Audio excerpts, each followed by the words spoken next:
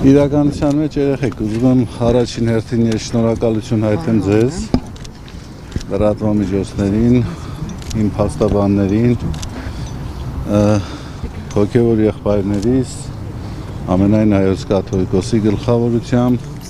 մեր հասարակական, քաղաքական, հանրային գործիչներին, բոլորին, ովքեր որ այս ընթացքում աջակցել են եկեղեցուն, մեր եկեղեցականներին և չեն գործրել հավատքը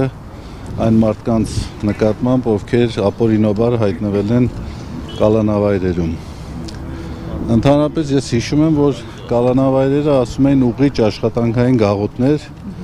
ուրախ եմ ասելու, որ ես անուղղելի եմ մնացել, չեմ ուղղվել այդ առումով,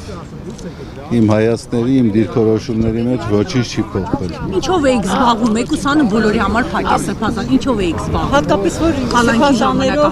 խցում էիք, Կարդում էինք, մտածում էինք, խոսում էինք։ Արշակ Սրբազան դատարանը ձեր խափանան միջոցը փոխվեց, մինչ այս փոխելը, այսպես տարածում են փաստաբաններ, որ սա քաղաքական ավելի շատ հետապնդում է։ Ինչու է պայմանավորված, արդյոք կապում եք սա նախընտրական է իրավիճակի հետ, որ փոխվեց խափանան միջոցը ձեր։ Դժվարանում եմ ասել, սուտ կասեմ, եթե ինչ-որ որոշակի պնդում կատարեմ, չգիտեմ ինչով է պայմանավորված, հեղինակներին պետք է հարցնել,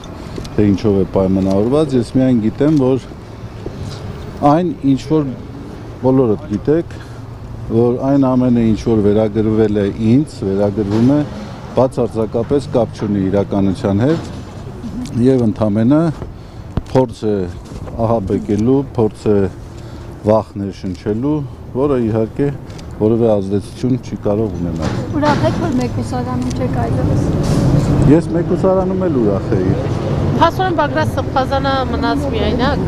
Արշակ Սրբազան։ Այո, ամենա մեծ ափսոսանքը նաև այս պահին այդ է ինձ համար, որ Բագրատ Սրբազանը խցում առանձին մնաց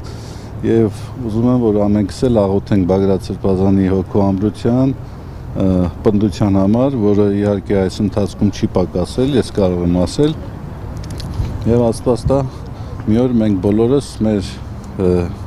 համար ցանկությունների արդյունքը կտեսնենք։ Մի բան գիտեմ, ասեմ, ավարտենք,